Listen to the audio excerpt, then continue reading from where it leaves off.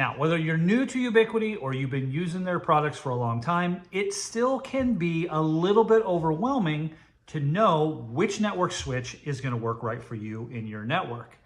I mean, at the time of recording this, there are 31 options on their website, all offering a little bit different things. So today, I thought I would take you through my process that I use personally when I am selecting a Unifi switch.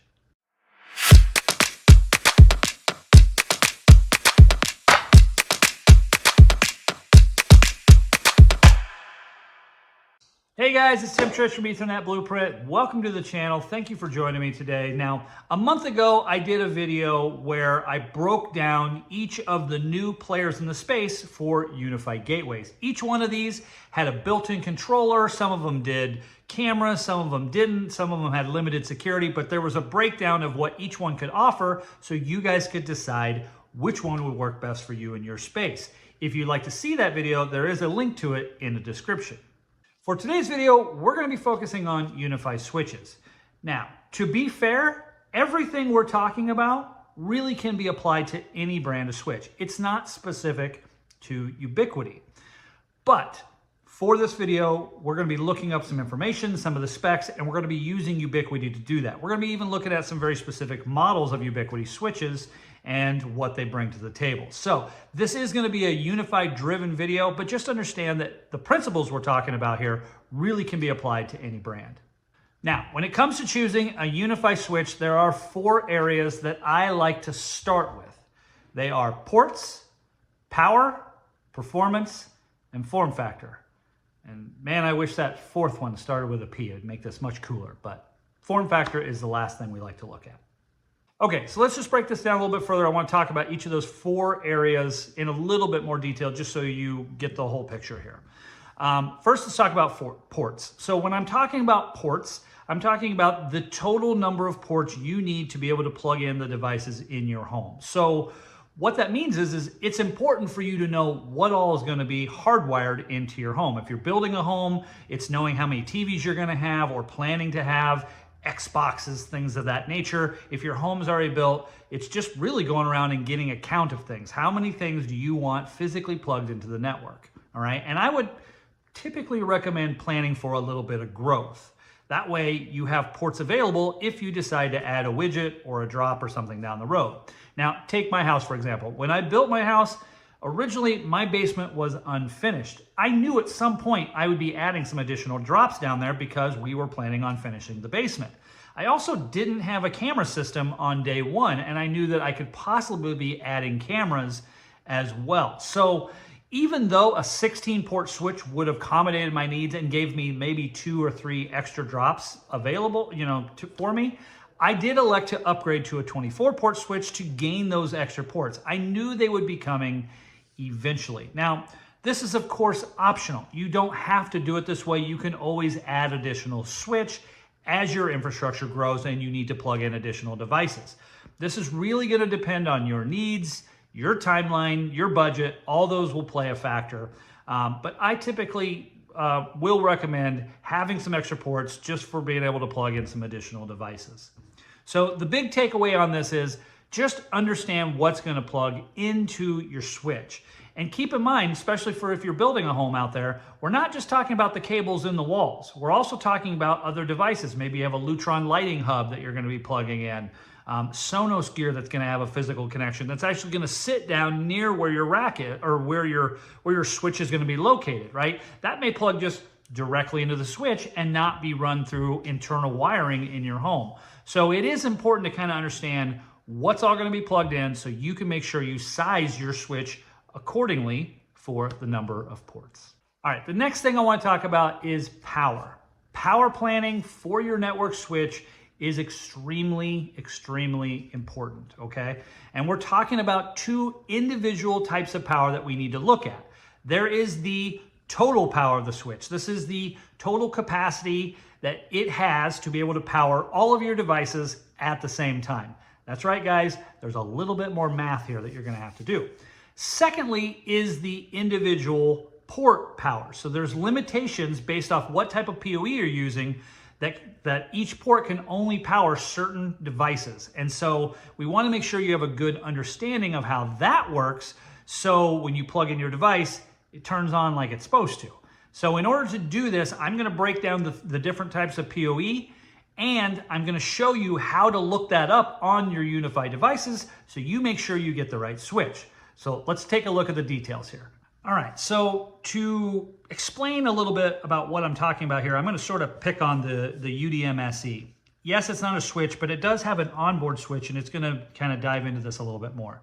So if you look at the specs of the UDM SE, you can see that it has a total capacity and power of 180 watts. Now, this is quite a bit of power. This is going to power most things that you need it to, and give you some extra capacity, which is nice. However, when you get over into the switch, this is where it gets a little interesting. Of the 8 ports it has, 2 of them are PoE plus, and 6 of them are standard PoE. So what does that mean? What that is going to tell you is that it is limited on a per port value on how much power it can deliver to those devices. And so I want to break this down a little bit. Standard PoE, or 802.3 AF, can provide up to 15.4 watts of power per port. That is the max power that individual port can deliver to your device. For more powerful devices, they came out with PoE Plus, which is 802.3 AT. This can provide up to 30 watts of power per port, and that's going to be able to power bigger, better, faster things. And I'll get into that here shortly. Now, in addition to that, there is a PoE++, which is 802.3 BT, and there's even a couple different types of flavors of PoE++, but the Type 3, or the one that we would be talking about, provides up to 60 watts of power per port. And in case you're wondering, Ubiquiti does have a device that requires PoE++ power, and I'll show you that here in a little bit. Now, the reason I'm picking on the UDM SE a little bit is because I've had people ask me, hey, can I just buy a UDM SE, have it be my controller, run my cameras, run my access points, be my switch? I don't have a lot of things to plug in. Can this thing just do it all? And the answer, of course, is yes, as long as whatever you're plugging into it follow these individual power rules. I have also had people ask me, hey, why is it that 2 of my access points that are plugged into this run great, but my other one keeps rebooting? Well, the reason is because only 2 of those ports provide PoE plus power, and you need to make sure that whatever's plugged into the remaining ports only require PoE power. So, how do you know this? I'm going to show you guys on the Unifi website. This is very easy to find, so you, as you're doing your planning, you guys can make sure you get the right switch. All right, so let's go over to the store. All right, so we're going to start over here in the access points. It does not matter which one you're looking at. The information is in the same location, so I'm just going to kind of show you where to look so you guys can do your own planning. If we look over in the flagship APs, we got everything ranging from a U7 Pro clear down here to the AC Pro, which has been around for a long time. So if I click on the AC Pro, for example, you can see right on the main page very quickly that it requires PoE. This is an asterisk, not a plus. So the asterisk basically is just saying it's included a power adapter if you buy a single AP. And some of them do that. In the old days, they used to give you a power injector with them. Most APs nowadays don't come with that, but this one does. So this requires standard PoE. And if we go down here into the technical specifications of this switch, you can see that it has a max power consumption of 9 watts. So this is where the math is coming in. As you start adding APs to your cart and figuring out which ones you want to do, you want to know what the total max capacity of all your devices is. Now, they're not going to run at max capacity. Max is literally max, okay? But you want to make sure that your switch is powerful enough and you have a little bit of leeway that if they're running at 50%, 60% power, that they're not going to start shutting down, okay? Typically, they don't run that hot, but it really depends on your setup, your environment, the utilization of that device. All these things kind of come into play. So that's where the math comes in. This device requires a max wattage of 9 watts, so a PoE port that can do 15.6 is going to be more than enough to be able to power this access point. Now, if we click over to the U7 Pro, you can see it requires PoE+, all right? Cool. So I know if I have this AP, I'm going to require a switch that can deliver PoE plus power to it. And if I come down here, you'll see why. This device has a max power consumption of 21 watts. So it is just more powerful. It has a 2.5 gigabit port in it. So we're talking faster throughput. We're talking stronger antennas maybe. We have an additional antenna with that 6 gigahertz antenna. So there's just more stuff going on inside the AP, and therefore it requires more power. And you're going to see this as you kind of go through this. As we switch over to cameras, we can do that real quick. And we'll just go over here into our bullet cameras. And let's just pick a good one, right? So let's just pick the AI Bullet 399. Maybe this is, you're looking to do some nice cameras. You can see it still only requires PoE. It does not require PoE plus. All right, so chances are you're not gonna get there are cameras that do require PoE plus. I think this AI Pro right here does. Nope, standard PoE. So again, there are cameras that require more power, but typically the cameras of today anyway, can be powered with standard PoE. And again, down here in the technical specifications, it will tell you the max power that it requires. This one right here says power method PoE plus and requires 11 watts. So it's even saying power it down here with PoE plus. That's kind of contradicting actually. I've never noticed that before. But its max capacity is 11 watts. So a PoE port should be able to power this camera just like it says up here, powered with PoE. I'm not sure why it says PoE plus in the specifications. That's kind of contradicting. But if you understand the general basics, 11 watts, 15.6 watts of power, you'll be fine. So my point is with this, as you're going through and choosing your devices, understand how much power draw they're going to need so you can buy your switch accordingly. And like I mentioned, I also wanted to show you this. They do have cameras that require PoE plus. So if you guys get this PTZ camera right here, $1,800, you can see it requires PoE plus to be able to power this thing. And if we go down into the technical specifications, it has a max of 42.9 watts of power. That baby is drawing some juice. So they do have devices that do require it. It just, like I say, they're pretty specific. They're not, the typical access points and whatnot are not going to require, PoE plus power. This is a very specific camera for a very specific use case. Okay, so I know we spent a lot of time on power there, but I wanted to make sure that we were pretty thorough as to what to look for, because I find that power is the thing that gets most people. They'll underpower their networks and then they run into problems, which means troubleshooting, which means they hate Ubiquiti and they wish they would have never done something. Power is really important, guys. Make sure you look at it. All right, the next thing I want to talk about though is performance.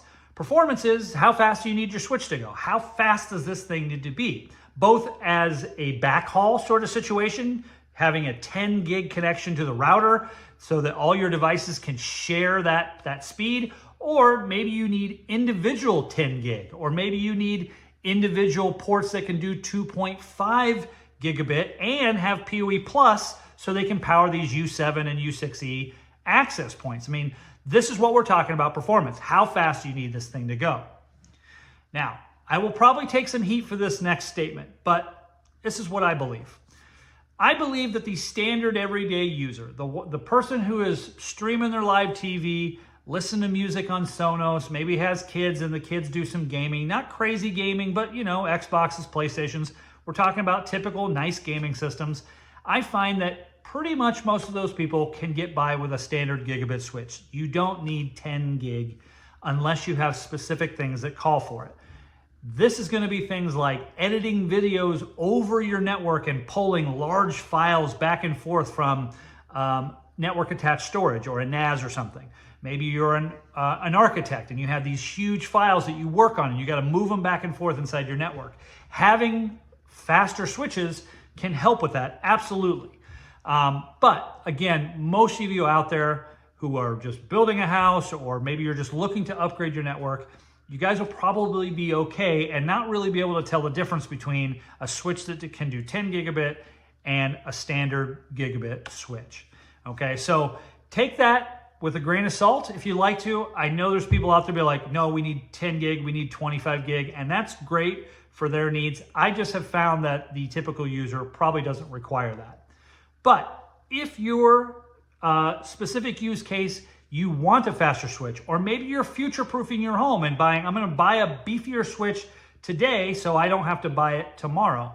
Absolutely good strategy. And if you got the budget for it, you can't really go wrong with a nicer switch. The more horsepower, they usually come with a lot more power budget on them. So you're going to be able to power whatever you throw at it, which is really, really great. So it's not a bad way to go. I just don't think from a performance standpoint, if you're looking to see and feel that speed difference, that you're going to feel it. I think it's going to feel like a standard fast gigabit network.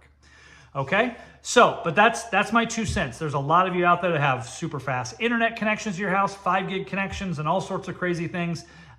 That's great. Maybe you need it. So look at the performance. And when we look at switches here shortly, we're going to talk about which ones can do what and how to find that. All right, guys, the last thing we want to look at is form factor. And form factor really is just, what does this thing look like?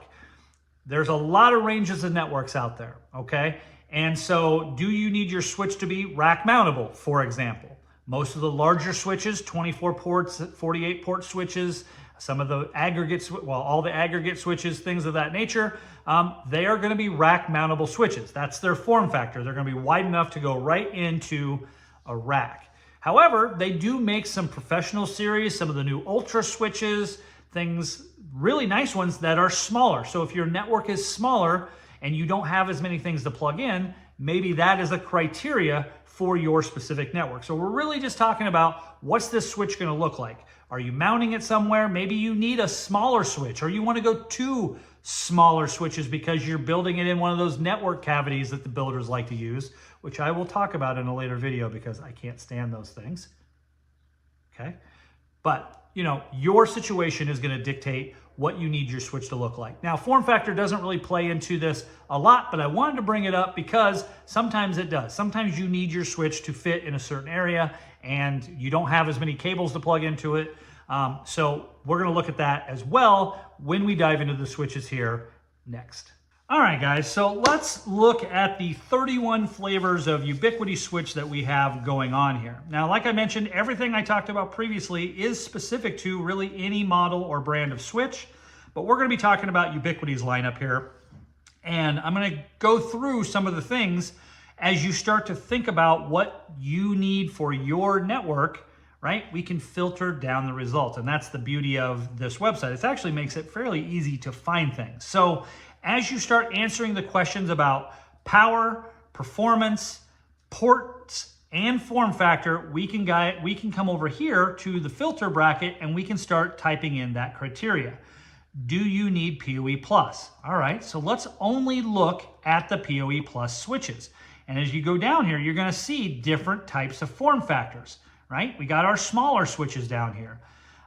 We have our rack mountable switches in here. We have some professional switches that have PoE++ in them. We have layer 3 switches. We have all sorts of different options based off of just being PoE+ available switches. And then you can filter down the criteria a little bit more. Do you need 2.5 gigabit PoE+? Okay, well, that's going to narrow it down quite a bit, as you can see. But as you start kind of narrowing your results, you'll see what you're looking at for switching for Ubiquiti, all right? So if you needed a nice fast switch, 2.5 gigabit ports that deliver PoE+ power because you're planning on doing U7 access points, and you want that 6 gigahertz, you want to take advantage of the 2.5 gigabit ports on them, then you're going to need one of these based off of how many total ports you need. Now, the one thing I'll talk about from a power capacity, once you start getting into these enterprise and Pro Max and Pro switches, power really won't be a problem. This has 8 ports total and can deliver 120 watts. This one has 400 watts, okay? But as you click in here, let's look at a switch. So let's look at the Pro Max 24, a really popular switch right now. It has 2.5 gigabit and some PoE++ ports. But let's look at what it's delivering here. So it's got 8 2.5 gigabit PoE++ ports, which means it's going to be able to power whatever switch ports you throw at it at the 2.5 gigabit. It has, the remaining ports are 16 of them, and they are gigabit ports. 8 of them are PoE, and 8 of them are PoE++. So this thing can deliver quite a bit of power. There are 2 10 gig ports on it, so if you need the faster performance, it can handle it. It's got the power. It really does check off a lot of the boxes. However, it's $800 and has a form factor that fits into a rack. So, maybe that doesn't suit your needs, and maybe you're just shopping to see if Ubiquiti is going to be the right brand for you. Well, this is the price point that you're going to be at for these type of switches. Now, all of them are going to be fully managed. All of them are going to be able to be managed by your controller and be able to set up VLANs and all the security features that we've done in our other videos. They are really high capacity switches. Pretty awesome. Plus, this one even has layer 3, so it can do routing for you if you wanted it to, which is something very new that Ubiquiti is starting to throw some money into, is layer 3 switching. Do you really even need a gateway in this case, or do you want to just do all your layer 3 routing in the switch?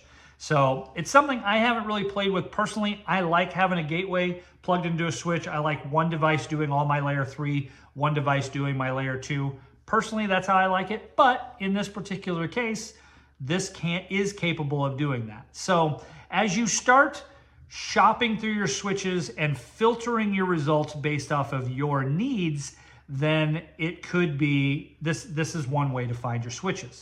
All right, so I'm going to show you another way you could possibly shop for switches, and this is actually a really nice tool and sort of a free plug for Crosstalk Solutions, who is also on YouTube and does a lot of videos about Ubiquiti. So the guys over there have created a website called UI Notify. Now, the reason they did this was because they had a lot of people asking them, hey, how do I know when something comes back in stock? Ubiquiti is out of stock of things all the time. It's a huge frustration for people. So this UI Notify allows you to go in and kind of pick things. You can log in and create a free account. There's a couple different flavors of this, but it will notify you when thing is in stock. You can see out of stock, in stock, out of stock, in stock. And so if there's certain devices that you're looking to be, you can actually get notified when they're in stock using this website. But you can also use it to help choose which switch you want. So the part I'm going to focus on here is the UI product selector. And if we say get started, we can choose switches, and then we can come over here and base our switching off of certain criteria. Again, AC, PoE+, USB-C. Is there built-in battery backup? Is it rack mountable? So you could use this site, which is just uinotified.net, to be able to help you identify which switches will work best for you. You can even add them into your cart and buy them right from here. I haven't done that before, but it's built into the little Notify site, which is actually pretty cool. All right, guys, that's going to do it for today's video. Now, I know we covered a lot of information here, and if you found any of that helpful, please consider supporting the channel by giving a like or a follow. We really appreciate it. Now, one thing I will throw in here is I'm very active with my users who comment. I do try to comment as much as I can and get to all of your questions as you go. As the channel grows, I'm going to continue to try to do that, but I am active with my members. So if you have a question, please leave them below, and I'll do my very best to get you an answer. Now, I know we covered a lot of information here. There's a lot to think about when shopping for a switch, but if you stick with the 3 Ps and the F, so ports, performance, power, and form factor, if you stick to those 4 things and just kind of look at that specific criteria and you know what's going to be plugged in your network, guys, you're going to hit a home run with this, and I know you're going to do great things. So thank you for tuning in. Thank you for coming to this video, and we'll see you guys down the road.